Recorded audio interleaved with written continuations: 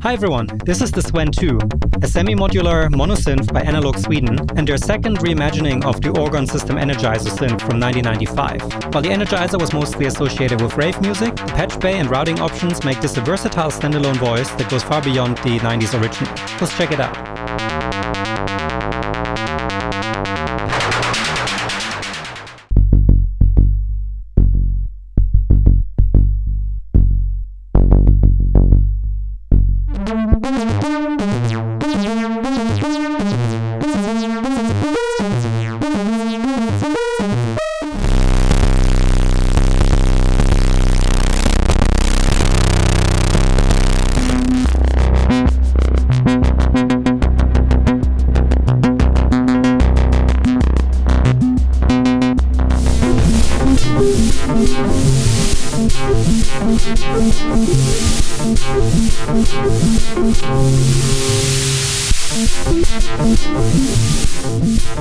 So hi everyone, thanks for joining on this walkthrough and patch example video on the new SWEN2. In this video we'll look at the basic functionality of the SWEN2 as well as a couple of sound examples. We also look at its integration into Eurorack, and at the end we'll discuss some pros, cons and alternatives.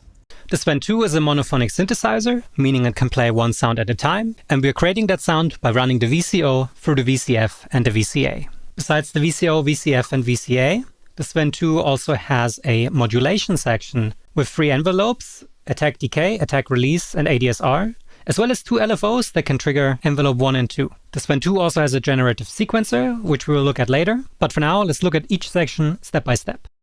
Let's look at the oscillator section first by routing it straight to the output, bypassing the filter. There's 2 parts to the VCO. One is the fully analog main oscillator, which can be a sine wave, triangle, square wave, pulse modulated square, or pulse modulated saw. Additionally, we have a digital oscillator that tracks our main oscillator and can be tuned to any interval ±1 octave. The SWEN2 also has a square wave sub-1 oscillator that also tracks the main oscillator. And we can add a sine wave oscillator to the mix that bypasses the filter and goes straight into the VCA. It is also possible to turn oscillator 2 into a noise source.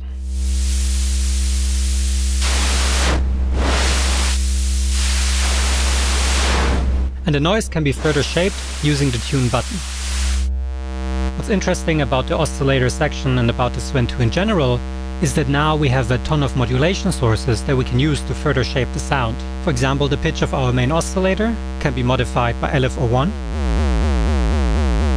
But you can select many other modulation sources via this rotary switch. The same is true for the shape of the VCO. It can be controlled by a variety of modulation sources. Once we like how the signal sounds, the signal is sent into the VCF. And here as a first stage we have the chance to add a bit of drive to the signal, adding a bit of grid before going into the VCF. The filter offers the possibility to mix unprocessed signal with processed signal using the knob down here. All the way to the left means only unprocessed signal is let through, and all the way to the right means only filtered signal is let through. In the middle you get parallel processing, and depending on the filter settings, certain types of phasing effects. The filter itself is a multi-mode analog filter with 12 different modes to choose from, and this is because the filter is a series of 4 6 dB cells, and depending on where you put the input and output of the signal, you'll either get 6, 12, 18 or 24 dB filter topologies. I've modulated the filter cutoff with LFO1, so we can hear a bit more of each filter. So this is filter L1, and with a bit of resonance, which can go quite crazy. Filter L2.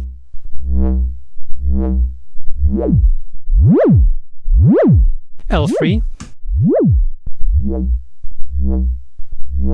And L4.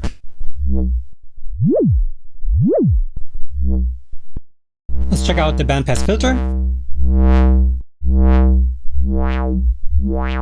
And as you can hear,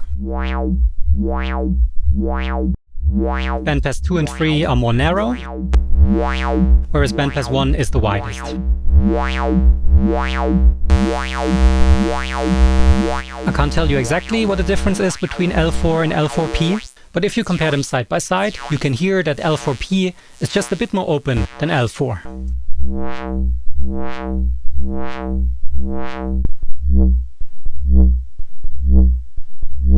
What is nice about the filter is that you can have 4 different modulation sources changing the filter signal at the same time. 2 of those you can select via the mod selectors at the top of the filter section, including envelopes, LFOs and CV-ins. The filter frequency can also be key tracked, and you can use LFO2 or the external VCF CV-in to control the filter frequency.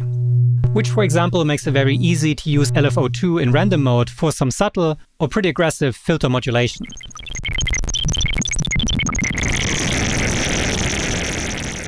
After the VCF, the signal is routed into the VCA, where the first stage is a drive and clipping circuit, which we can hear clip some of our input signal.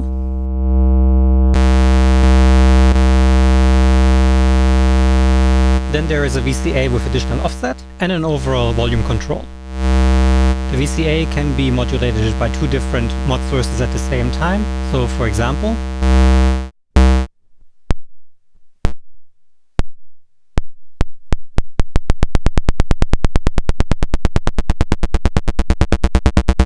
so I've just used LFO2 to control the offset, but I could also use, for example, envelope number 2.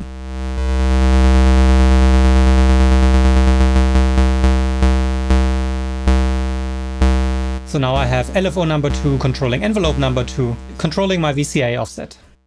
So if we now have a look at the modulation section, we can see that our modulation options are fairly extensive. If we look at LFO1, we can switch between a triangle and a square wave, which are switched on this layout, and we can further modulate the shape using the shape knob. The high-low switch and the frequency knob will determine the frequency of LFO1, and it is possible to trigger envelope 1 using LFO1. If we look at LFO2, we have a couple of different waveforms to choose from, including a random mode, as well as sample and hold triangle and saw waves, and we can use LFO2 to trigger envelope 2.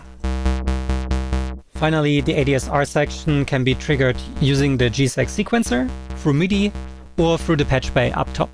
And so you can see that the SWEN2 has a ton of different modulation sources that we can send to a variety of different destinations all throughout the signal path.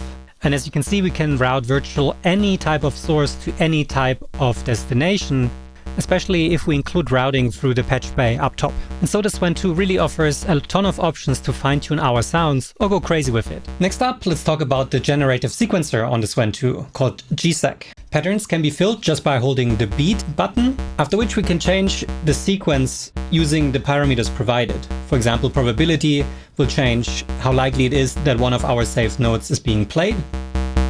Tempo will change the tempo. And range will determine the maximum distance between notes. The scale knob lets you choose between a couple of different scales, for example octaves, a sus4 and 7 scale, pentatonic minor, minor, or chromatic, as well as a MIDI note input for selecting your notes. The steps knob lets you select the length of your pattern, and that's non-destructive, so you can get back to your longer sequences if you want to. And most of all, you have the chance to manually add or remove different notes per step. Save them in different patterns, and even chain those patterns all together. And yeah, that's pretty much all you need to know to be off to the races. So let's have a few different examples of how the SWEN2 sounds just by engaging the generative sequencer and messing with the controls.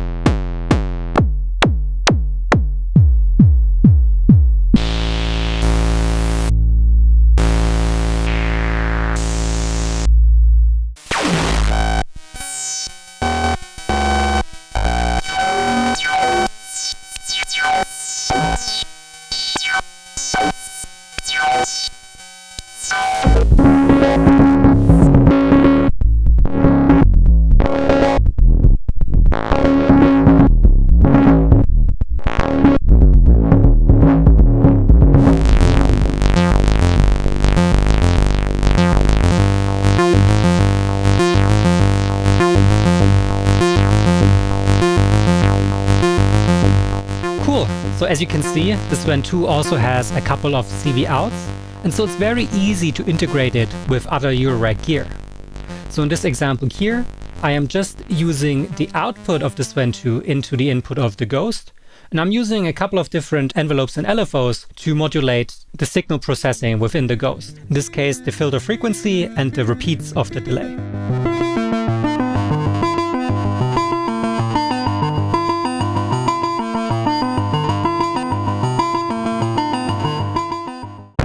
If I wanted to fatten up the sound of the SWEN2, I could easily send the oscillator outputs into, say, a wave shaper or a audio reconstructor, like those two DPW modules here, before sending it back into the filter.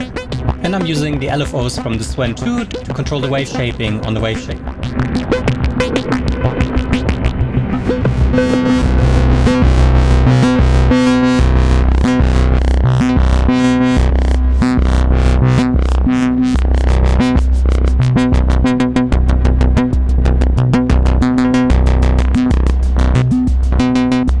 What I can also do with the SWEN2 is to use it as an audio processor.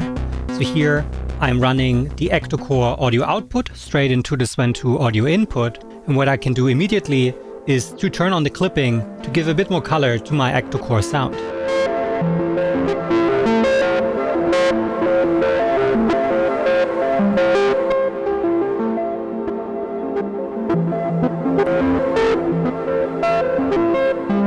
Because the Ectocore sends out triggers at certain intervals, we can integrate the SWEN2 quite well into a Eurorack setup. For example, I can use the CV triggers from the Ectocore to trigger the envelopes on the SWEN2, to further, for example, shape the filtering, or to send those envelopes back into the Eurorack to, for example, change the delay times of my Ghost or other types of effects.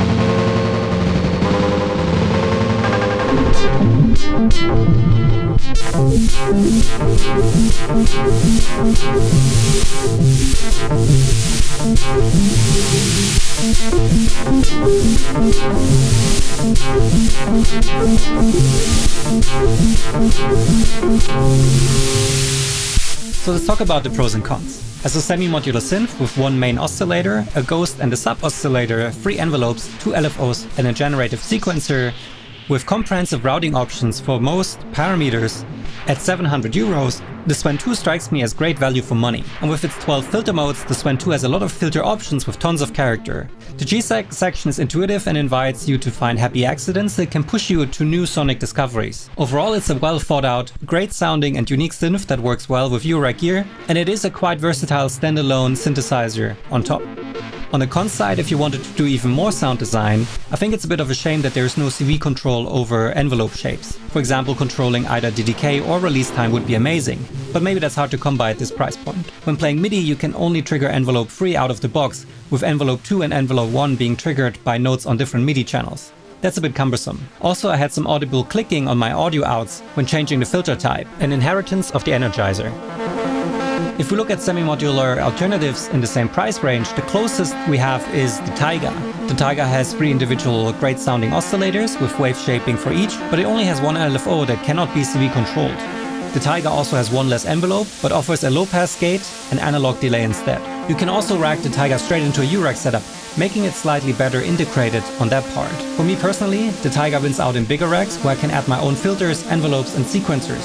In standalone, I actually prefer the additional envelopes and LFOs of the SWEN2, and I also like the filter of the SWEN2 better compared to the Tiger, but that's purely subjective.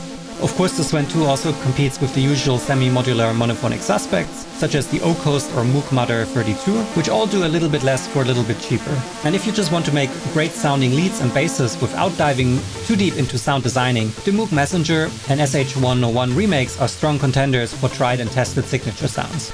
Overall, I think there's a distinct niche for the SWEN2 that makes it quite interesting for certain music producers. The Generative sequencer makes it easy to start jamming, and the modulation routing is immediate and comprehensive, leading to a wide range of sonic results. So if you're looking for a mono-synth that is immediate and deep without menu diving, this is definitely a contender. That's all for now. Thank you so much for watching the video, and I'll see you all in the next one.